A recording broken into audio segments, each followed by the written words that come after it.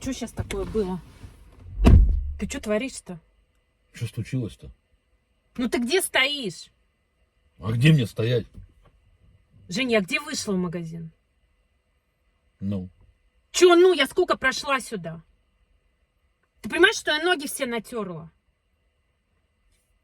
Ты не мог подъехать, что ли? Там мест не было или что? Я не пойму. Давай, озвучивай свои мысли, мне очень интересно. Ну? Я-то как виноват, что ты ноги натерла. Блин, Ты шла. Да, я новые купила. Ну, поехали поменяем, а. Пожалуйста. Ну, поехали. Поехали.